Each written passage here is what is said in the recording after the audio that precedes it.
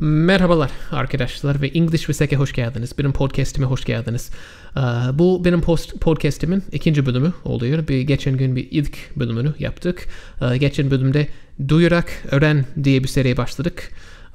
Biz bugün onun ikinci bölümünü yapıyoruz. Yani Duyarak Öğren serisinin ikinci bölümünü şimdi kaydediyorum. Formatı hatırlayanlar bu introyu atlayabilir ama hatırlamayanlar için ben bir açıklama yapayım. İlk önce ben bir metin okuyacağım. İnternetten bulduğum bir metin okuyacağım. İlk önce doğal bir İngilizceyle okuyacağım. Yani siz native speaker misiniz gibi. Ben normal, hızlı bir İngilizceyle okuyacağım ve siz onu anlamaya çalışacaksınız. Onu iyice anlamaya çalışacaksınız. İyice anlamaya çalıştıktan sonra yine anlamazsanız o zaman bu podcast'in ikinci kısmına geçebilirsiniz. İkinci kısmı ne olur? Aynı metni okuyacağım ama biraz daha yavaşlamış bir İngilizceyle o aynı metni okuyacağım. Ondan sonra onu iyice çalışacaksınız. Onu böyle anlamaya çalışacaksınız. Ondan sonra ben tekrar okuyacağım ama böyle bu sefer aşırı yavaş ve tane tane okuyacağım. Yani kelimelerin arasına böyle boşluklar bırakacağım. Yani çok yavaş bir şekilde okuyacağım. İngilizce böyle yani öyle okunmaz. Böyle tane tane okunmaz. Konuşulmaz. Ama her kelime duyabilmeniz için onu yapacağım. Şimdi ondan sonra bir açıklama yapacağım. Yani zor anlaşılan, belki bilmeyeceğinizi düşündüğüm şeyleri açıklarım. Ama İngilizce açıklayacağım. Yani ki Türkçe hiç düşünmeden o yeni şeyleri öğrenebilirsiniz. Ondan sonra ne yapacağım? Sorular soracağım. Metinle ilgili sorular soracağım. Ondan sonra o sorulara cevaplayacağım. Tabii ki onların ikisini de İngilizce olarak yapacağım. Ondan sonra o açıklama yaptım ya, o aynı açıklamayı yapacağım ama Türkçe olarak yapacağım. Yani Türkçe açıklama bir şey olacak. Ondan sonra soruları Türkçe olarak soracağım. Ondan sonra cevapları Türkçe olarak vereceğim. Böylece hem hızlı oluyor, hem de yavaş oluyor, hem de Türkçe açıklama oluyor, hem de İngilizce açıklama oluyor. Kim ne dinlemek isterse onu dinlesin, diğer şeyleri atlayabilir. Bence böylece herkese hitap etmiş oluyorum. Yavaş oluyor, hızlı oluyor, İngilizce oluyor, Türkçe oluyor. Siz ne dinlemek istiyorsanız onu dinleyebilirsiniz. Yani sadece yavaş versiyonunu dinlemek istiyorsanız tamam. Sadece hızlı halini dinlemek istiyorsanız tamam. Sadece Türkçe açıklamayı dinlemek istiyorsanız tamam. Ne dinlemek istiyorsanız onu dinleyebilirsiniz. Herkese hitap etmeye çalışıyorum bu seride. Şimdi bu seride kullanacağımız bütün yazıları ben yazmak istemedim. O yüzden ben bir sürü blog ile iletişime geçtim. Onlardan izin aldım ve onların yazılarını kullanacağım. Biz şimdi bugün ne yapacağız? wherethemusicmeets.com diye bir blog var. O blogdan aldığım bir metin okuyacağım. Bu blog ne yapıyor? Ünlü olmayan müzik grupları ve sanatçıları tanıtıyor. Bugün John Robert diye bir sanatçı tanıtılıyor. Bizim bugün okuyacağımız şeyde John Robert. Bu kişinin müziğini hiç dinlemedim. Bildiğin sadece gidip onun müziğini anlatan metinlere baktım. Bizim için uygun mu, uygun değil mi ona baktım. Uygundu. O yüzden onu aldım. Biz şimdi onu okuyacağız. Onun yeni çıkan konuşamadım. Onun yeni çıkan bir albümü var. İsmi Bailey Barely Knew Me. Bailey Barely Knew Me. O yüzden kişinin ismi John Robert ve yeni çıkan albümünün ismi Bailey Barely Knew Me. Aynı zamanda şunu söylemem lazım. Bu paragrafın bu yazının ilk paragrafı değil, ikinci paragrafı. İlk paragrafı bu kişinin sesinden bahsediyor. O yüzden ikinci paragraf diyecek ki o ses. Yani bu ne demek oluyor? Yani ilk paragrafın anlattığı ses. Yani ondan bahsediyor. O yüzden şimdi yavaş değil. Normal okuyacağım, hızlı okuyacağım.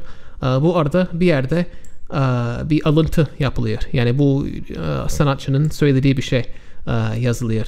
Onun için quote diyeceğim. Quote. Biz onu İngilizce'de yapıyoruz. Quote.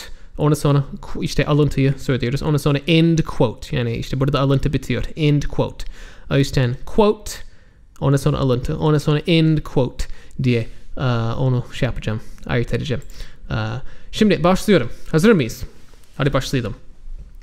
John Robert has released his debut EP, Bailey Barely Knew Me, which pairs that voice with a musical and songwriting talent beyond his years. It's a contemporary pop record with an old soul feel.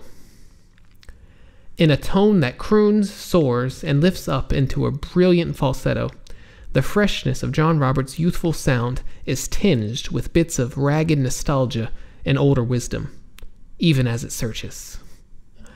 Quote, I want my music to feel familiar, but like something you've never heard before. That's the goal. End quote. With the excellent set of songs on his debut album, John Robert is certainly on his way.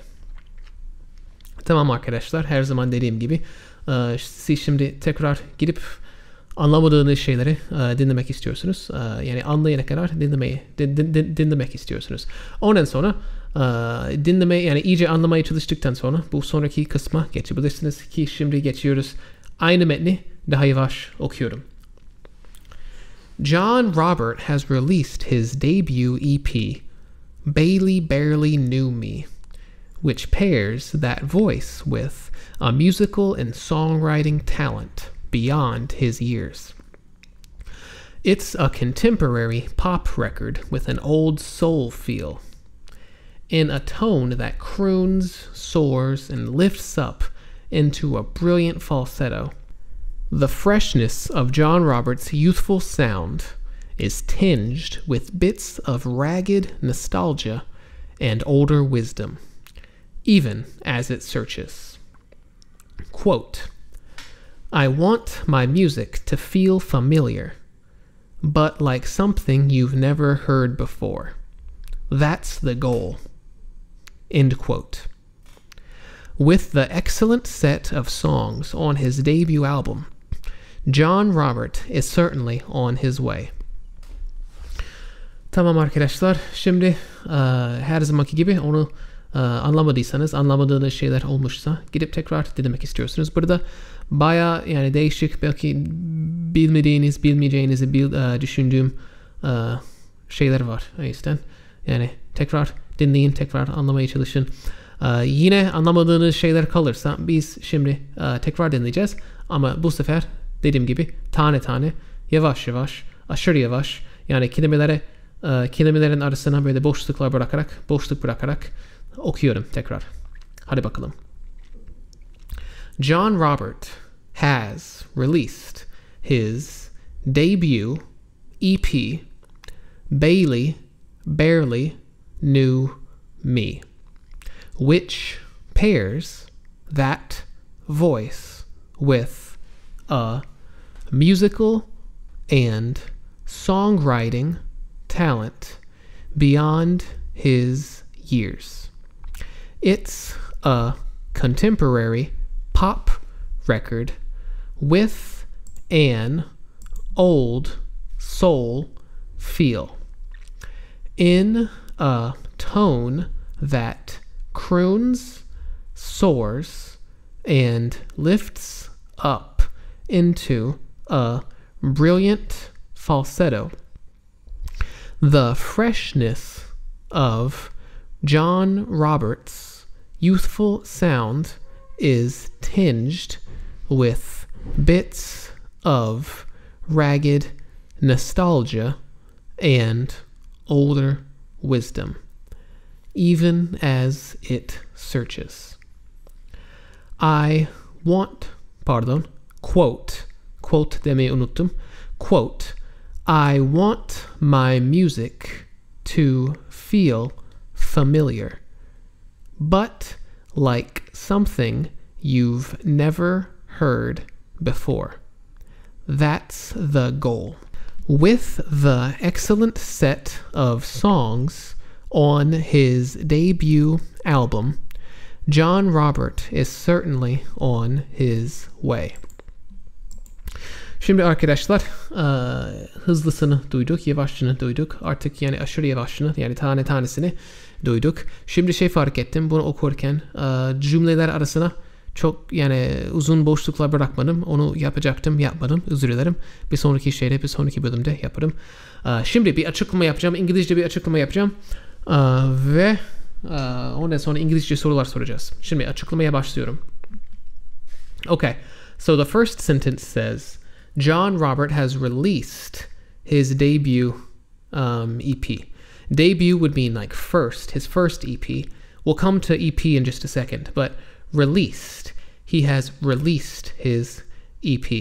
An EP is like an album. I'll come to that in just a second, but they released the album. So they made the album and then made it available to the public. They put it on the websites. They made it available in the stores. We call that releasing an album. You release an album. EP is an acronym, not acronym. It's an abbreviation. I'm sorry. It's an abbreviation of extended play. Extended play. Back in the day, so back many years ago, records were either singles, which is one song, extended plays, which was like 4 or 5 songs, and then they could also be long plays, which was a full album. EP is extended play, so it's not a long play, it's not a full album, and it's not just a single. It's a couple of songs. It's 4 or 5 songs. So that's what an EP is. John Robert has released his debut EP, Bailey Barely Knew Me, which pairs, after that we have the word pairs. So this album pairs 2 things together. So it takes one thing and puts it with another thing and makes them work together. So what are the 2 things here? We have that voice, the voice explained in the first paragraph, and musical talent. So it pairs a voice with musical talent. It puts them together. It makes them work together. It pairs them together. So the first sentence says, John Robert has released his debut EP, Bailey Barely Knew Me, which pairs that voice with a musical and songwriting talent beyond his years. Beyond his years. His years refers to how old he is. If he is 20 years old or 25 years old, whatever, that's what that is referring to, his years. Beyond his years means it's something you would expect from someone much older. So if someone who is 20 years old says something very wise that you would expect from a 30-year-old or a 35-year-old, you could say that person is wise beyond his years, beyond her years. This writer is saying that John Roberts' musical talent is beyond his years. He is very young, but he still has lots of musical talent. The second sentence says, it's a contemporary pop record. Contemporary means modern. It's not old. It hasn't gotten very old yet. It's still modern. It's still new. Contemporary. The second sentence says, it's a contemporary pop record with an old soul feel. Soul is a type of music. If you want to know what kind of music it is, you can go on YouTube and search soul music, and you can see what type of music it is.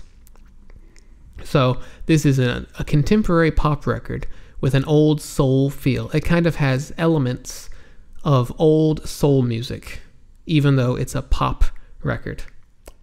The third sentence says, in a tone that croons, so the tone refers to his voice, the tone with which he sings, in a tone that croons, soars, and crooning is a type of singing. So you can go on YouTube and type in crooners or crooning, C-R-O-O-N, crooning, crooners, things like that. It's a type of singing. Soar, the second word, in a tone that croons and soars. That word is used for flying. So birds soar, airplanes soar. It's used for flying, but it's also used metaphorically for things that go very high. So the author is saying that his voice goes up very high.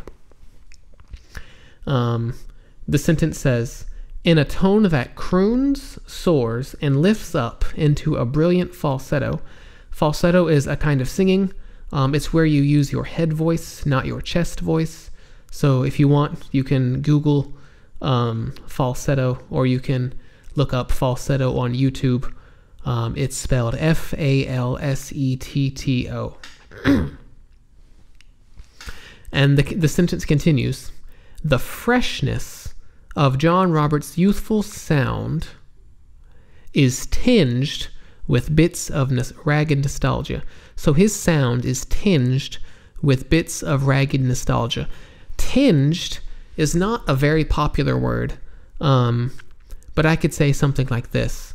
Someone might say something sarcastic to me, and I could say, I'm picking up a bit, a tinge of sarcasm in your words. Do I see a tinge of sarcasm? Or I could say, there was a tinge of sadness in her voice. There was a tinge of sadness in her voice. I could say, do I detect a tinge of irony? Do I detect a tinge of irony? So it means there's just a little thing that there's just a little bit of irony, or there's just a little bit of sadness. There's just a tiny little thing that makes me understand that you're either being ironic or sad or something like that. So John Roberts' music has a tinge of nostalgia. Nostalgia, the word nostalgia, refers to something that makes you remember the past. So, for example, when I was young, I would eat a certain, I don't know, chocolate chip cookie. I would eat chocolate chip cookies. So when I see chocolate chip cookies, I say they are nostalgic. They take me back, in my memory. They take me back in my mind to the past. It's nostalgia. That's what nostalgia is. It's when something kind of takes you back to the past. So John Roberts' sound is tinged with ragged nostalgia and older wisdom, even as it searches. And then the quote starts. The quote, there's nothing terribly interesting in the quote. After the quote, he says, with the excellent set of songs on his debut album, once again, the word debut means first, on his first album, John Robert is certainly on his way. On his way. For example, someone could call you and say, where are you? Are you coming? Then you could say, I'm on my way. I'm on my way. Yani, I can't say that in Turkish yet. So you could say, I'm on my way. That would mean you're on the road, or you're on the bus, you're driving, you're in transit. So right here, this person is saying that John Robert has a goal, and he is on his way toward that goal. He is moving toward that goal to try to accomplish that goal. Şimdi arkadaşlar bu açıklama bitti. Sorulara geçelim.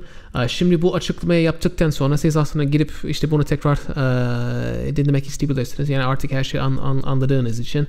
İşte burada croon vardır, işte soar, falsetto, tinged, yani bir sürü farklı işte şey var. Belki girip tekrar dinleyebilirsiniz ve artık daha iyi anlarsınız. Ama ben şimdi İngilizce olarak sorulara başlıyorum. How does John Roberts sing? How does John Roberts sing? İlk soru oydu. Cevabımız yani the answer to the first question. He croons and uses falsetto. Gibi bir şey olabilir. He croons and uses falsetto. İkinci sorumuz yani the second question is, what style of music is John Roberts' new record? What style of music is John Roberts' new record? Ve cevabımız, a combination of pop and soul. The answer is a combination of pop and soul. Üçüncü soru. What is John Roberts' goal for his music? What is John Roberts' goal for his music? Cevap: He wants it to feel familiar but new at the same time. He wants it to feel familiar but new at the same time.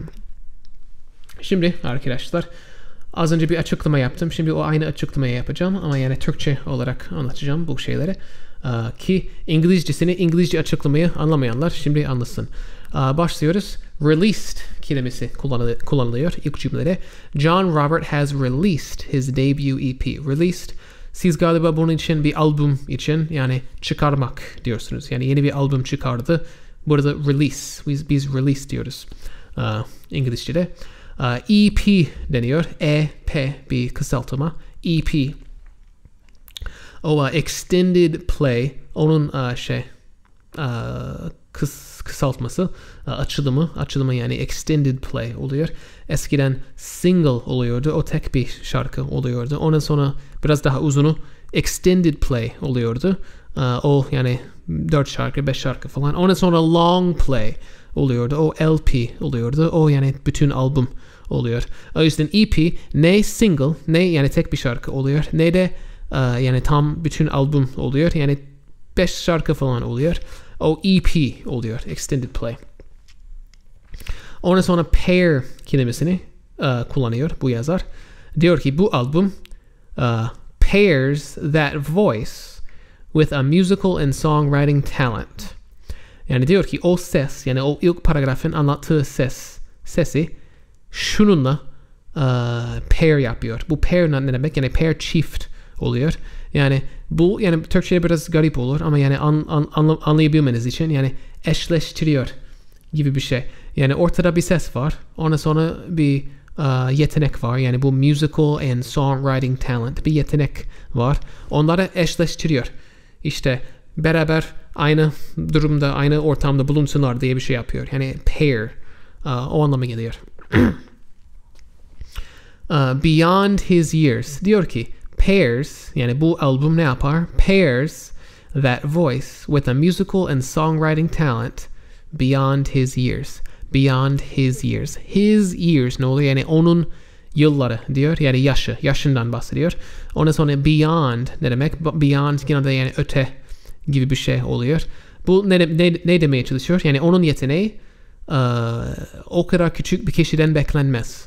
Genelde daha büyük, daha olgun insanlardan beklenir. O yüzden onun yeteneği genelde onunla aynı yaşta insanlarda bulunmaz. Talent beyond his years. İkinci cümle nasıl başlıyor? It's a contemporary pop record. Contemporary ne demek? Yani çok eski değil. Böyle klasik bir şey değil. Contemporary daha yeni. Çok fazla eskimemiş. Yani çok fazla eski değil henüz. Contemporary. İkinci cümle şöyle oluyor. It's a contemporary pop record with an old soul feel. Soul diye bir müzik tarzı var. YouTube'a soul music yazarak onu işte görebilirsiniz. Yani dinleyebilirsiniz. Üçüncü cümle nasıl başlıyor?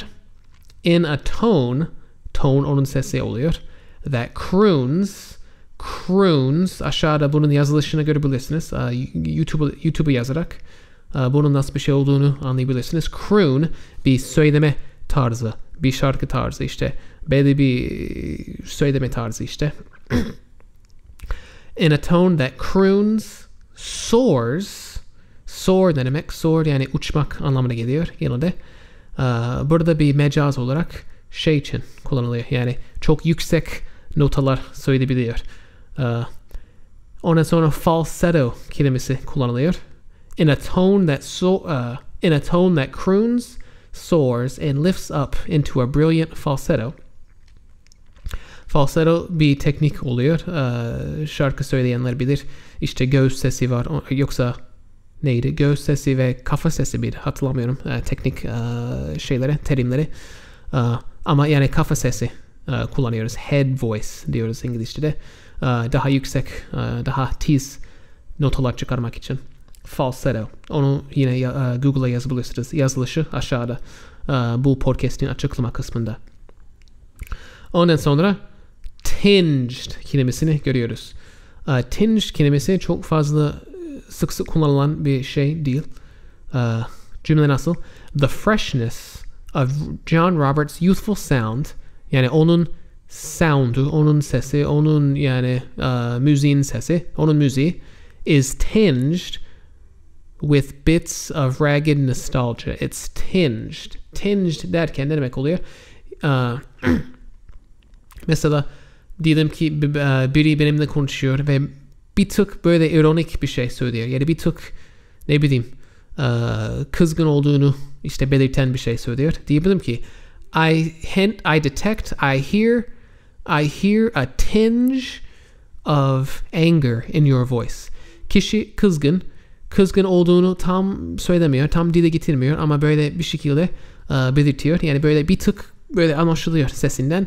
Derim ki duyuyorum ki I hear a tinge of anger, kızgınlık, anger in your voice. Burada John Robertson müziği has a tinge of ragged nostalgia. Şimdi nostalgia ne anlama geliyor?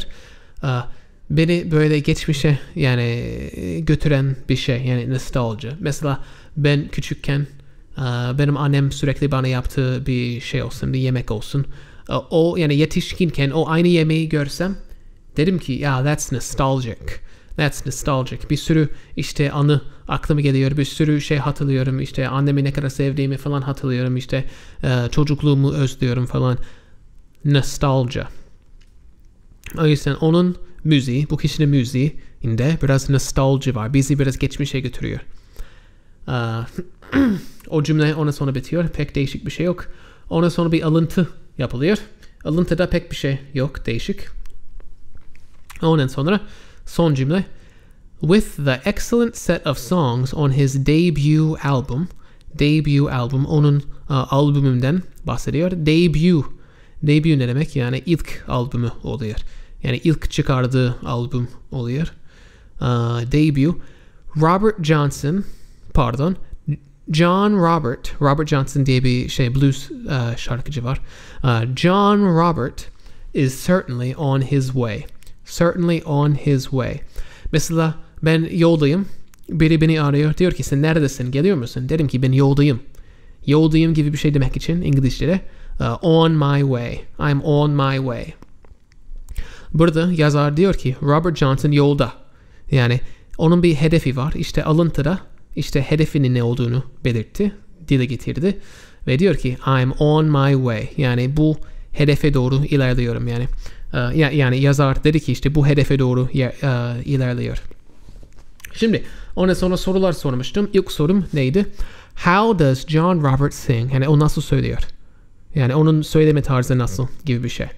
Cevabı he croons and uses falsetto. Burada iki tane teknik kelime var.